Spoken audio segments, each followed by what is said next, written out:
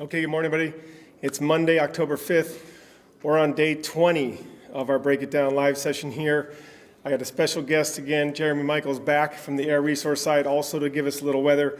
But real quick, I always like to start with a few points.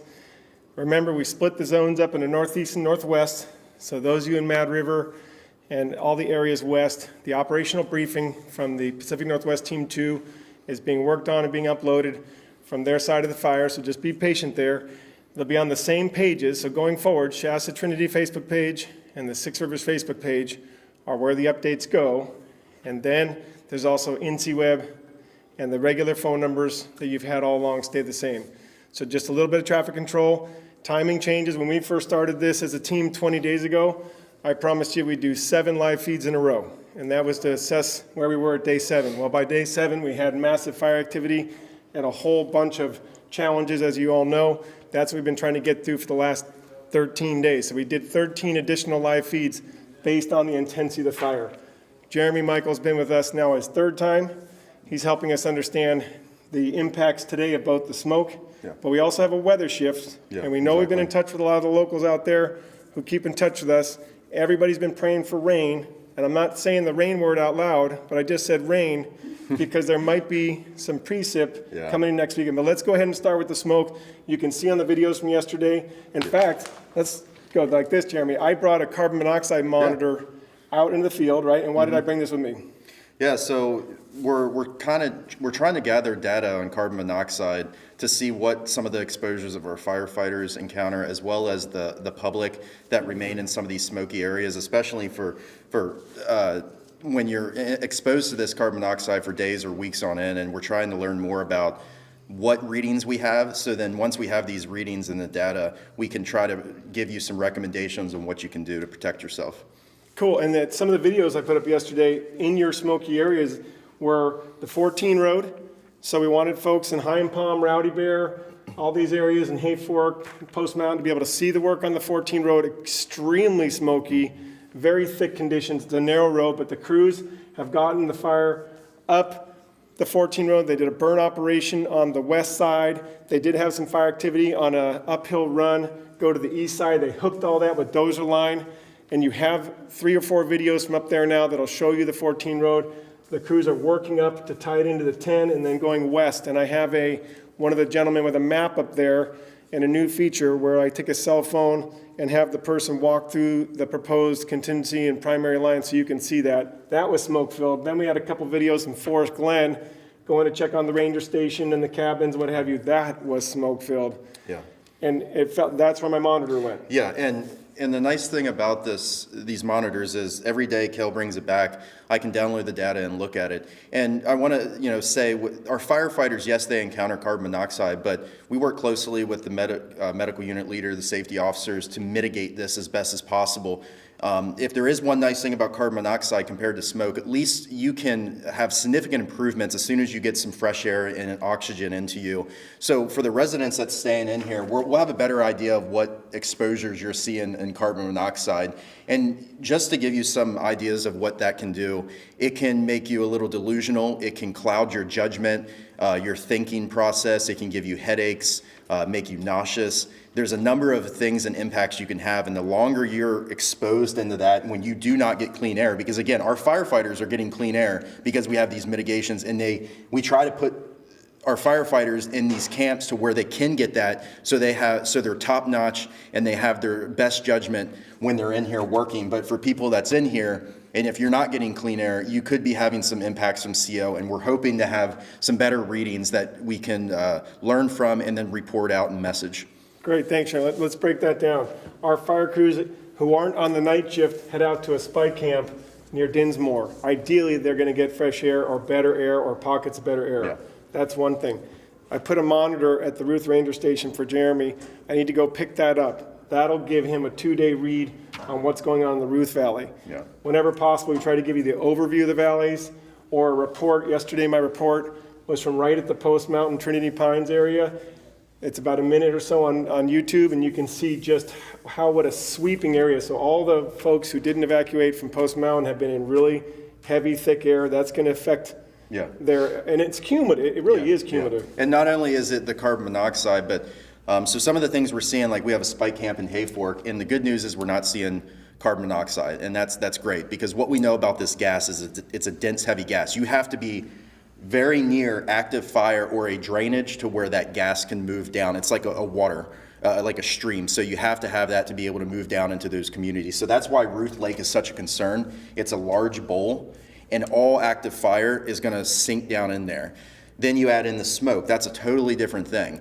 When we start getting days and days and weeks and actually months of very unhealthy to hazardous air, that is going to produce impacts to everyone. Even healthy individuals are going to see impacts the longer you stay in that. And if you have problems, the generally senior citizens, 65 or older, the children where they're still developing their health system, as well as people with asthma, heart disease, lung disease, any of those groups, you're going to have significant impacts to your body and to your health, as well as, and then the carbon monoxide is just insult to injury. It's a whole nother thing to add into the impacts for what you're seeing in these areas.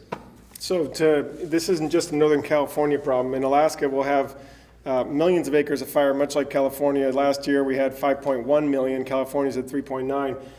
We'll move elders and folks out of villages entirely when their village is impacted. So the tribal councils and we call them boroughs, not counties, they'll work to provide clean air. Yeah. And Weaverville and Eureka have clean air centers for folks, and we want to double check on if there's any more added. And that's a place that people can go. I know I've talked to some folks like Leslie and different locals in Hayfork who have special filters in your house. And again, hearing Jeremy today, the carbon monoxide impacts is going to be closer to Forest Glen and the Ruth area where there's actual smoldering combustion, because the fire is coming down nicely to the 36 road. It is smoldering and burning out in areas. The crews have been in there mopping up, and you can see from my videos, I walk along the hose lay, show you the fire spotting activity, but that is still smoldering. Yeah. And that's where the worst. actual... Yeah, and that's the worst. So if you're having symptoms, the smoke, it's going to be hard to discern the symptoms, because when you're in that hazardous smoke, it can bring on a whole nother set of impacts. But if you're having where you're just not, you can't do simple math in your head, you're forgetting dates, that regular drive home, maybe you're like, oh, where'd that term come from? You may be having carbon monoxide exposure. And again, I want to say the silver lining with the carbon monoxide exposure, if you go out and get air, you can cut in half the exposure and the impacts just with some fresh air and some oxygen. So again, if you're seeing these symptoms, you need to really take care of yourself. And especially if you're a vulnerable population, you really, really need to get into some of these clean air shelters, or take, on our smoke outlooks, there's links to where you can make a clean air shelter or clean air room in your house, as well as there's filters that you can buy. The N95 mask, it's a Band-Aid. It's not going to take all of it out, but it's some improvement than just out there breathing air. And if you're overexerting yourself day in and day out in here, that just increases the impacts, because your lungs are a huge filter, and it's going to take all of that stuff. And we're seeing pictures of filters that's coming out of camps in some places that's been in this smoke that is just jet black, full of stuff. So think of that filter, that's your lungs. And you could be, if you're in this type of stuff, you could be hacking and coughing stuff up for weeks after, if you're in that type of stuff, sucking the air in because you're jogging or you're working really hard. Yep, and so especially those citizens we mentioned yesterday, who have been seen in the Ruth Valley. I've seen them working what we call the political smokes, the stumps that aren't going to jump out of the fire line because there's so much black around them. Yeah. That's a direct input of that carbon monoxide, right? That is like a hazardous. So over 60-year-old, 65-year-old age range. I know the amazing thing about everybody is people want to be part of the solution. Exactly. People want to help out. They see a need in their mind. They want to go address it. That's like one of the best traits a community member can have. However, in this situation, we have all the resources coming in from different places for the new organization of the Pacific Northwest Team 2. Political smokes are political. We addressed the hot areas first. There has been some fire movement yesterday. There's some movement in division, so the firefighters are working on containing, controlling, and working the dozers. So please stay out of those areas, stay out of those political smokes. Yeah. I walk by some here in the Forest Glen video, so you can see when I see one, I'll point to it. Not every flame is threatening anymore when a fire area is burned. So just keep that in mind, folks. For information flow, Karen Scholl this morning from our side, the northeast side. She's going to be talking about the operations in these specific areas. So just a reminder that the reason why we do the live break it down is to have more in-depth discussion, make sure we're addressing your questions. Aubrey's sitting behind the computer. Now, Jill's back behind there. She's going to be taking over. Jill Webster will be taking over for Jeremy here on Tuesday. So it's another part of our transition. The counterparts come in, they sit in the back. My counterpart and Sam's counterpart is in travel status coming here. They're already working on their plan. Every team kind of has its own flavor and its own plan for how we do things. Certain teams are really woven together in friendships and coworkers and what have you. So I just want to make sure folks understand that things are going to be different, and that we did intend to promise you 7 days alive, and we've gone 20 because of the need. And it's been a real honor to be able to have it such an engaged and concerned and caring audience with such good questions. We know some of you are dealing with frustrations over here, and that's going to be a long-term after-action review. Just remember, I live in a fire-affected community. 2 serious fires in the last 4 years. The total loss of our homes were over 50 on each time. I know what a community goes through in that. Ideally, folks can give it some time to keep the suppression as the focus. Let's get through this, protecting all the rest of the houses that we can. And then, especially when you have an incoming team. So Pacific Northwest Team 2 was not here when the fire ember showers came hurling into the Ruth and Hettenshaw Valley. That was a very significant event in the history of Northern California, will be those ember showers. I know folks want to point fingers and say, oh, it's because the team's bringing fire in different areas. These are massive landscapes where when you leave fire up on a mountain unaddressed and don't start bringing it towards a containment line, regardless, you're going to have energy build up in a way that could even be more horrific. So I know folks want to armchair quarterback and say, I know better than you, I know better than the whole organization, I know better than all those people who have 40, 50 years of operational experience. But please, just understand, with the fuels as dry as they are, taking indirect action and bringing fire down landscapes is part of the solution. And trying to pretend like you can send crews up to go direct gets people killed, and it's extremely dangerous, especially on these slopes, South Fork Mountain, ridges, valleys, everywhere. And that there are times when no matter what, you're going to have to bring low-intensity fire, and often it's not the low-intensity fire that gets going, it's the interior fuels that have all their canopies still intact from fire that worked underneath those canopies that a wind can whip up on a ridgetop and get the whole thing going. So please refrain from being the expert armchair quarterback at home that thinks they know better than all the organization. I know that's easy to do, but again, in my fire-affected communities, that doesn't get us to a solution of firewising, of dealing with some bigger issues. Aubrey. We have a question online from Christina Smith. She would like to know why you call the smoking stumps political fires. If you could just explain a little bit more about that. Really good, Christina, and I want to be very clear here. When you're driving down, let's say, Lower Mad River Road, and you have a field that flashed, I mean, the fire embers landed in it, all the grass burned, and it flashed through there and there's no more fuel. Meaning if I took a drip torch and tried to get a fire started in that fuel bed or anywhere around it, it wouldn't go anywhere because all the grass is gone. And in that area, you might have a stump that's burning slowly and churning away smoke and has some flame on it. And because you can drive by and see that stump, an inexperienced person or a person who doesn't understand how the fire behavior works is going to maybe think that stump is a problem. Why is not anybody addressing that stump right there? The firefighters are trained to address fire impacts that have potential to green fuels or unburned fuels. So they're going to see that as, we don't have time for that. We have to go mop up an area that does have unburned pine needle cast, pine cones, grass, herbaceous fuels, all of which are bone dry and crispy and could receive a spark. So we identify things that, because it takes a long time for a fire to burn all the stuff out. And when you have a landscape this big, there's no way engine crews are going to go and put out every smoke. So those become political smokes because you can see them and they're obvious. But on every fire that we go on, doesn't matter if you're down in Florida Everglades or up in Alaska or the Northlands of Minnesota or here in NorCal or southern Utah, it does not matter. This same pattern comes up where people interpret smoldering things as being neglected or unaddressed when the firefighters actually have their priority list and they're going to put their efforts, their water, their critical time in the day to making a big difference on the things that matter.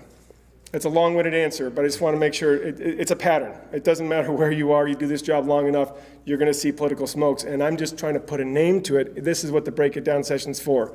It's a transparent honesty. It's where we have a one-on-one conversation, and you come away realizing, okay, maybe they actually do have a plan that's different than what the perception of certain folks is, because there is always a bigger plan. There's lots of experience that goes into this, and we've devoted most of our lives to this job. Jill, any questions in the back? She's waving no. Aubrey? Jeremy? Oh, quick, we have some change in the weather. One quick go back, too, about the stump holes. There are other hazards involved, and there's reasons for not always attacking those.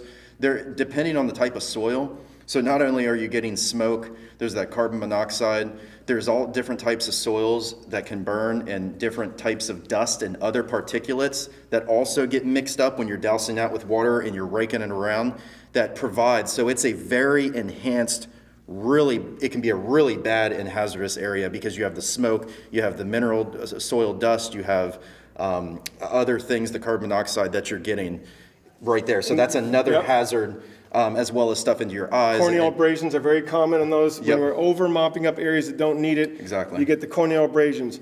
You're still in the you're extending your body and you're engaging right there with the splashback. And you're sucking that in, taking deep breaths as you're working, and it's just a very enhanced and concentrated threat with that. And then looking out ahead, thankfully every day it looks like it's better and better. We're going to see some rain on this fire. How much? We're still determining that, and incident meteorologist Eric will give you the information on that, but it is looking good, at least getting some rain. Thursday, Friday, Saturday? Closer as we go into the weekend, into this week, into the weekend. Now, when it pertains to air quality and smoke, we don't always need the rain to get improved conditions. This storm, even if it stays to the north, will bring enough winds across the fire where we think we'll at least be able to scour out the Sacramento Valley. Now, I'm not saying it's going to be crisp blue sky, perfect breathing conditions, but we might be able to get some of those air quality levels down at lower levels to where we're impacting less and less people, and then maybe even get some periods of good air to where we can maybe go back to recreating. Those sensitive populations can go out and stock up on stuff if they've been hunkering down because of the smoke. So we really need that wind to scour out. But still, these communities here, even if we do get rain, and we do get, it's really going to be hard to get. I think we'll have improvements, but communities immediately adjacent to the fire will still have impacts. But at least we might get a brief reprieve in the Sacramento Valley as we go into the end of this week into the weekend. I know a lot of folks are praying for rain. We get those messages on Facebook. Thanks for staying tuned to that, because that weather change, it's the first time in the matrix I can see green. Green's like more of a cooling, some sort of help from Mother Nature. And I'll check one more time with Aubrey, and then we'll some folks are interested in where fire growth is happening right now. Is there any areas that you can so we had the fire growth off to the east side here, and this was a main fire that picked up in the clear air of 2 days ago. So when the Ruth Valley west area had that very bright, beautiful sunshine that was cooking down on it 2 days ago, and those videos are on YouTube. That movement picked up fire activity in here, moved it east, and then we've been having creeping fire going down to the containment lines here. So you can see these hash marks here. So this has been a little bit of growth. We've been having some fire growing up and filling in, we call it, up north of the 36, because we need to fill in the area that's our indirect line here so we can mop up the edge and get this tied into the south fork of the Trinity. We had a little bit of fire growth in here where the hot shots put a little bit of fire the other night, and that's been chunking in to fill in this box and try to blacken that. A little bit of fire has been coming down still from the hillsides to the containment lines above Lower Mad River Road. I believe in this, I'm not operational, so I can't speak so much to PNW2's piece of ground, and their update is coming soon. So let's just leave it at that. I know that there were certain areas in the Ruth and Henshaw Valley where there was some fire growth, but let's leave the experts who actually are focused on that infrared on that side. But I'm doing my best. Okay, we'll come back tomorrow for day 21. We'll introduce the Great Basin Incident Management Team information officers. And again, there'll be some traffic control of the information page. I think what you can anticipate is an operational update from the Northeast Zone in a Facebook video that's filmed and uploaded, and then also one from the Northwest Zone, and then the combined daily written update, a smoke report, and then the maps. And thanks so much. We'll come back to you tomorrow.